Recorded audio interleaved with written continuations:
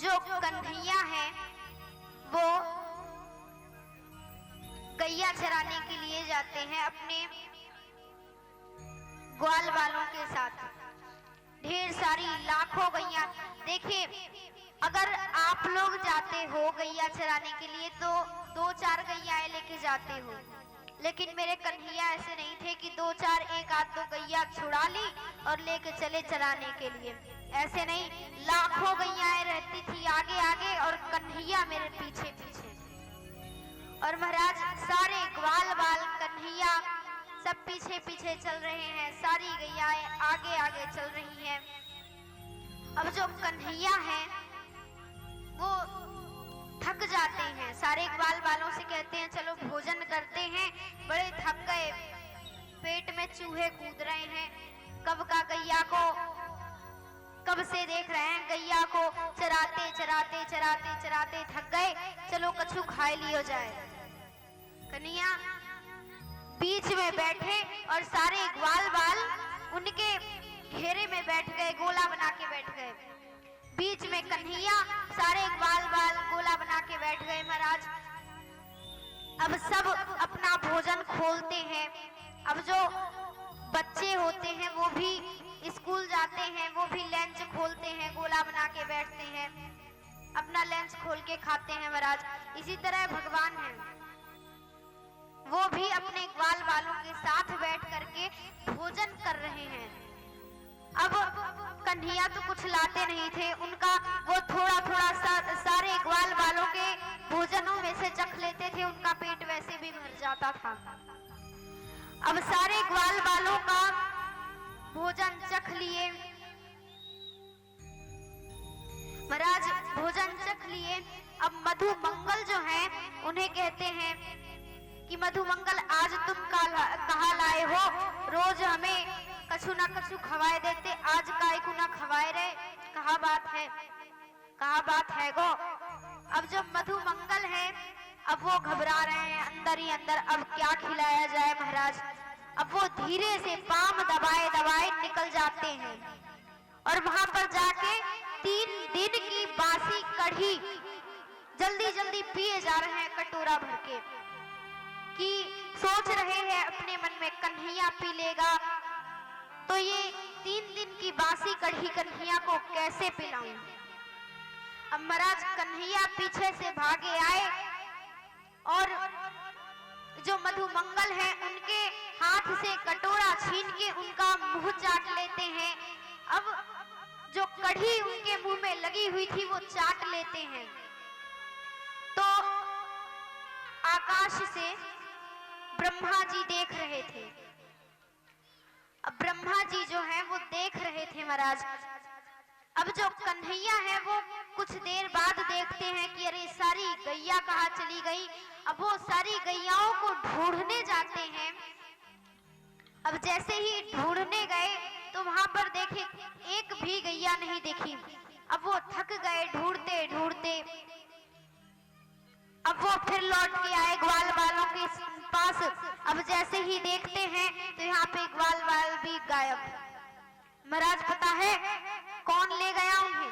ग्वाल बाल और गायों को ब्रह्मा जी अपने ब्रह्मलोक ले गए और उन्हें नींद में सुला दिया सबको।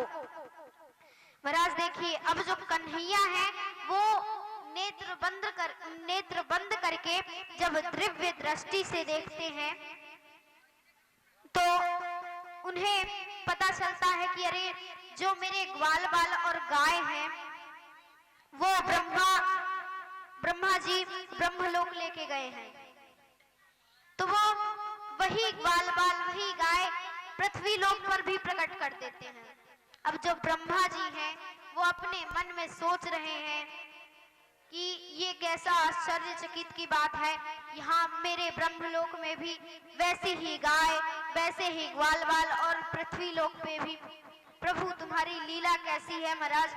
अब जो ब्रह्मा जी हैं वो आकाश से देख रहे थे कि कन्हैया परेशान हो रहे हैं। कन्हैया तो बिल्कुल परेशान नहीं हो रहे, वो भगवान, वो पिता परमेश्वर, परम पिता परमेश्वर, वो कभी परेशान होंगे? वो ब्रह्मा जी का रूप भेष बना करके उनके ब्रह्म लोक पहुंच गए। अब जो ब्रह्मा जी हैं वो पृथ्वी लोक पर ही देखते रह गए। अब जो मेरे कन्हैया हैं वो आकाश मार्ग से जाकर के ब्रह्म लोक में प्रवेश कर गए महाराज, और ब्रह्मा जी का रूप ले लिए।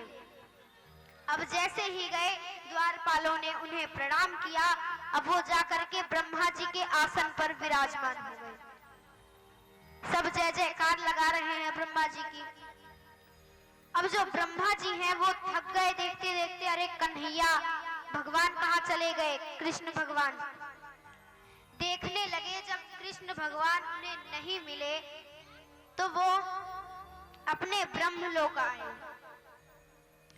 अपने ब्रह्मलोक आए महाराज, तो जो द्वारपाल हैं उन्हें मना कर देते हैं कि ए अभी अंदर नहीं जाना, जो हमारे प्रभु हैं वो विश्राम कर रहे हैं, इस समय अपने कक्ष में विश्राम कर रहे हैं। अब जो ब्रह्मा जी हैं वो कहते हैं, चिंतित हो जाते हैं, कहते हैं अरे सैनिकों एक बात बताओ, मैं तुम्हारा प्रभु हूँ, अब कौन प्रभु आ गया अंदर की तुम उसे मानने लगे और मुझे छोड़ दिए। ऐसे कहते हैं महाराज। जो ब्रह्मा जी हैं, जो द्वारपाल हैं, उन्हें जाने नहीं देते अंदर। तो कुछ द्वारपाल कन्हैया से ब्रह्मा जी के रूप में बैठे हुए थे, उनसे जाकर के कहते हैं कि अरे प्रभु बाहर कोई तुमसे मिलने के लिए आया है, तुमसे बाहर कोई मिलने के लिए आया है। अब ब्रह्मा जो कृष्ण कन्हैया लाल हैं वो अपने मंद ही मंद मुस्कुरा रहे हैं। उन्हें पता चल गया ब्रह्मा जी आए हैं मिलने के लिए। महाराज उन्हें पता चल गया कि ब्रह्मा जी आए हैं मिलने के लिए। अब वो बुलाते हैं अंदर आने दो। जो ब्रह्मा जी हैं वो अंदर आते हैं, भगवान के चरणों में गिर जाते हैं महाराज, माफी मांगने लगते हैं, हे भगवान माफ कर दो। और क्या कहते हैं देखो, अहो भाग्यम नंद गोप ब्रजऊ कसम यन्निद्रम परमानंदम पूर्णम ब्रह्म सनातनम। कहते हैं कि महाराज कृष्ण भगवान आप कितने मैं कितना भाग्यशाली हूँ जो आपके ग्वाल बाल का दर्शन हो रहा है। आपके ग्वाल बाल कितने भाग्यशाली हैं जो आप उनका जूठा खा रहे हो। अगर मैं आपके ग्वाल बालों में से एक होता तो बात ही निराली थी। ब्रह्मा जी इतना चिकनी चुपड़ी बातें कर रहे हैं, लेकिन कन्हैया उन्हें माफ नहीं करते। और जो कन्हैया हैं वो अपने ग्वाल बालों को लेकर के और गायों को लेकर के पृथ्वी लोक पे आ जाते हैं महाराज। जो श्री सुखदेव जी हैं वो राजन परीक्षित को कथा सुना रहे थे। राजन परीक्षित उनसे पूछते हैं कि एक बात बताओ महाराज, जो कन्हैया हैं उन्होंने ब्रह्मा जी को क्यों नहीं माफ किया और इंद्र देवता को क्यों माफ कर दिया था। तो जो सुखदेव जी हैं वो उन्हें बताते हैं, यही ब्रह्मा जी वाली बात बताते हैं कि जो ब्रह्मा जी थे उन्होंने भगवान श्री कृष्ण के ग्वाल बालों को अलग कर दिया था उनसे, इसलिए उन्होंने ब्रह्मा जी को माफ नहीं किया। और इंद्र को पता है क्यों माफ किया, क्योंकि इंद्र ने भले ही गलती की थी लेकिन उन्होंने भगवान को उनके ग्वाल बालों से अलग नहीं किया और पास में किया, उनके पास में लाए थे। इसलिए महाराज इस तरह श्री सुखदेव जी उन्हें बताते हैं कि इसलिए माफी नहीं दी। देखिए महाराज, अगर आप भगवान के भक्त को दुख दोगे, दुखी करोगे तो भगवान आपको कभी माफ नहीं करेंगे। अगर भगवान को आप बुरा भला कहो वो एक बार सह लेंगे, सहन कर लेंगे, लेकिन अपने भक्तों का दुख नहीं सहन कर पाते। इसलिए महाराज कभी भी भगवान के भक्त को दुख मत देना। बोले बांके बिहारी लाल की, राधा रानी सरकार की। तो महाराज श्री सुखदेव जी राजन परीक्षित से ऐसी ऐसी लीला श्रवण करा रहे हैं श्री ठाकुर जी की। देखिए श्री ठाकुर जी ने अब क्या किया, माटी का ढेला उन्होंने खाया, माटी खाने की लीला की, यशोदा मैया को पूरे ब्रह्मांड का दर्शन करा दिया। ब्रह्मांड का दर्शन करा के यशोदा मैया को भक्ति प्रदान किया श्री ठाकुर जी ने। आगे की लीला करने लग गए, उन्हें अभी बहुत सारी लीलाएं करनी। श्री सुखदेव जी राजन परीक्षित से बोले, राजन एक दिन अनेक प्रकार के राक्षसों को जब श्री ठाकुर जी मारते गए, अब एक ही ग्रह है जो कि यमुना नदी में कालिया नाग निवास करता है। श्री ठाकुर जी ने सोचा ये जब से यमुना नदी में आया है मेरे सारे पशु पक्षी गौ माताएं मर जाती हैं, पानी पीती हैं, यहाँ तक कि पक्षी यदि यमुना नदी क्रॉस करती है, उड़कर जाती है तो भी विष के कारण उसी में गिरकर मर जाती है। श्री ठाकुर जी अपने मित्रों को लेकर गए यमुना नदी के किनारे गेंद खेलने के लिए, क्रीड़ा करने के बहाना गए महाराज, और वहां गेंद को उन्होंने ऐसा मारा कि सीधा जाके यमुना नदी में गिरा। अब यमुना नदी में गेंद लेने के लिए श्री ठाकुर जी यमुना नदी में कूद जाते हैं महाराज, कूद गए। अब वहां गए यमुना नदी के अंदर कालिया नाग सो रहा है, 101 फड़ हैं जिसके, सो रहा है। अब कालिया नाग की जो पत्नियां हैं वो हाथ जोड़कर खड़ी हो गई, ये इतना सुंदर बालक कहां से आया, इतना कोमल, यदि पति देव जग गए कभी इनकी जान ले लेंगे, बेटा तू भाग जा यहाँ से, गलती से यहाँ चला आया है, भाग जा यहाँ से। श्री ठाकुर जी बोले, मैया इसीलिए तो मैं आया हूँ युद्ध करने के लिए। जैसे ही ये आवाज सुनता है कालिया नाग महाराज जी तुरंत अपना जो फन है फुफकारने लगा, जग गया, कौन आया है मेरे पास में, उससे मैं छोड़ूंगा नहीं, उससे मैं युद्ध करूंगा। श्री ठाकुर जी बोले, इसीलिए तो मैं आया हूँ कालिया नाग, आजा, दो दो हाथ हो जाए तेरी मेरी। युद्ध होना प्रारंभ हो गया महाराज, पत्नियां हाथ जोड़कर खड़ी हैं, काफी देर हो गई, युद्ध होते होते होते होते मेरे श्री ठाकुर जी जो है महाराज तांडव गति मुंडन पर नाचे बनमाली, उसके फड़ पर नाचने लगे श्री ठाकुर जी, तांडव करने लगे।